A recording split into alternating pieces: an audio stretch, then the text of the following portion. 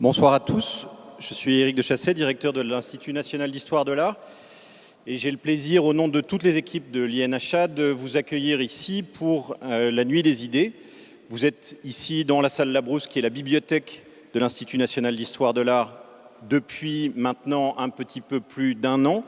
C'est une bibliothèque qui normalement dans son fonctionnement au quotidien 6 jours sur 7 est réservée à des chercheurs qui viennent travailler dans ce qui est la plus importante collection de documents sur l'histoire de l'art et l'archéologie au monde, à la fois des ouvrages de référence, des collections historiques, des archives, de la documentation, une collection d'estampes, de photographies qui sont mis à la disposition des chercheurs et qui forment en quelque sorte le cœur de l'Institut national d'histoire de l'art. Comme son nom l'indique, c'est un institut qui est chargé de fédérer la recherche en histoire de l'art et en archéologie sur l'ensemble du territoire national, avec des programmes de recherche qui sont des programmes de recherche en propre, et dont vous allez trouver des échos au cours de cette nuit dans un certain nombre de choses. Je vais y revenir tout de suite. Lorsque nous avons été approchés pour participer à la Nuit des idées, dont le thème général était l'imagination au pouvoir, il nous a semblé qu'étant donné que notre rôle chercheur et ensemble des personnels de l'INHA était de réfléchir ou d'aider à la recherche sur les images entendues au sens large du terme, c'est-à-dire en quelque sorte chaque artefact fait par des hommes, chaque action humaine sur un objet constitue une image. Ça va donc de l'estampe à l'architecture, ça va de la préhistoire jusqu'à l'actualité la plus grande. Et il nous a semblé que nous pouvions nous aussi proposer un thème en écho à ce thème général, celui de la puissance des images, ce qui fait que les images ne sont pas seulement des objets passifs, mais que ce sont des objets qui nous meuvent, qui nous émeuvent, qui nous font agir, qui nous font réagir, qui parfois n'arrivent pas à le faire. Et c'est ce que nous allons examiner ensemble tout au long de cette nuit jusqu'à 1h30 à peu près, je crois. On essaiera de ne pas trop déborder,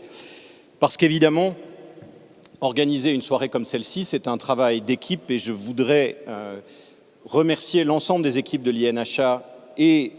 des partenaires associés qui ont permis que nous puissions nous retrouver ici ce soir, qui font que dès demain matin, cette bibliothèque sera à nouveau une bibliothèque pour des chercheurs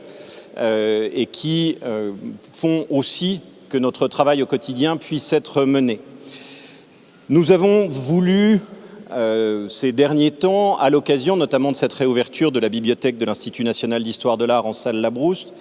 nous avons voulu ouvrir les portes de cet institut, montrer que l'histoire de l'art n'est pas une discipline qui serait réservée à quelques privilégiés, mais que c'est l'ensemble du corps social qui peut en bénéficier, qui doit même en bénéficier. Vous savez que tout cela s'inscrit aussi dans un grand projet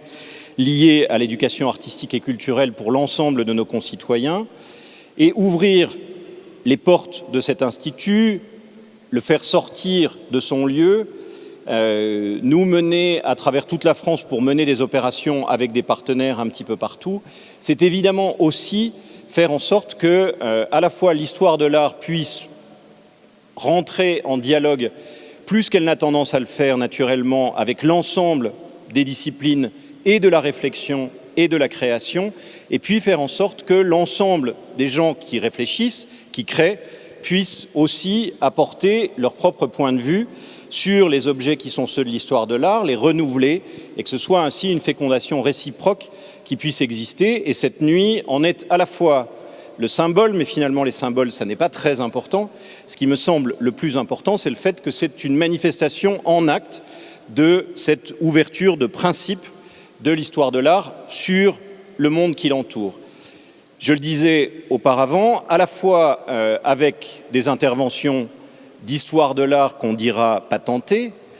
ceux qui ont le statut professionnel d'histoire de l'art, mais aussi ceux qui font de l'histoire de l'art sans forcément savoir qu'ils en font, et au premier rang les artistes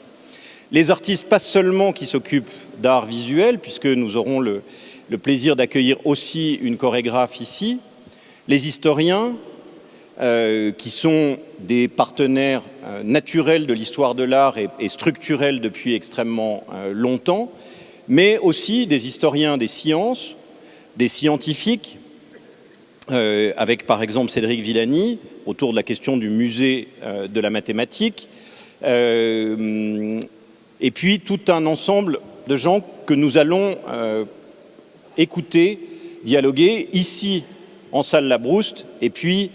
nous sommes diffusés également sur Internet de manière large, et nous espérons que cela permettra aussi d'agrandir l'écho de cette manifestation.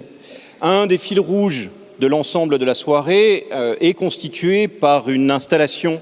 que vous pouvez voir à votre gauche, qui sont des tableaux fantômes, nous en dirons plus tout à l'heure, mais des tableaux fantômes, des tableaux qui ont été détruits par la Première Guerre mondiale et qui appartenaient au musée de Bailleul dans les Hauts-de-France, et dont le conservateur, découvrant ces murs vidés de ces tableaux et détruits par la guerre, avait gardé la trace en faisant des descriptions, et donc vous pourrez voir ces descriptions, et un certain nombre d'intervenants de cette soirée vont réagir à partir de ces tableaux fantômes pour montrer ce qu'il en est de la manière dont les images qui survivent, comme y insistait Warburg, celles qui survivent en nous, qui survivent dans l'ensemble de la société, peuvent produire aussi d'autres images et d'autres formes,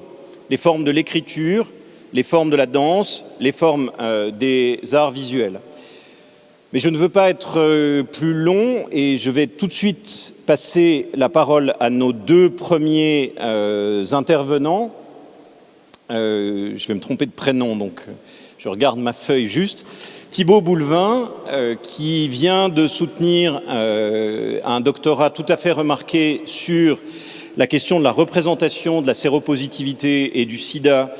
aux États-Unis et en Europe dans les années 1980 et 1990, une thèse qui fera l'objet d'une publication aux Presses du Réel en 2019, si je ne m'abuse, et qui mènera une discussion sur ce thème très frappant de la question des images et de leur rapport aux blessures intimes et aux blessures collectives, à celles qui transforment la société, avec Adrien Laroche, qui est à la fois écrivain, historien de l'art par raccro, en quelque sorte, puisqu'il a consacré un ouvrage à Marcel Duchamp, qui fait autorité en tant qu'histoire de l'art, mais que ça n'est pas sa formation première, et qui, par ailleurs, travaille à l'INHA et qui est la cheville ouvrière de l'ensemble de cette soirée avec le service des manifestations de l'INHA.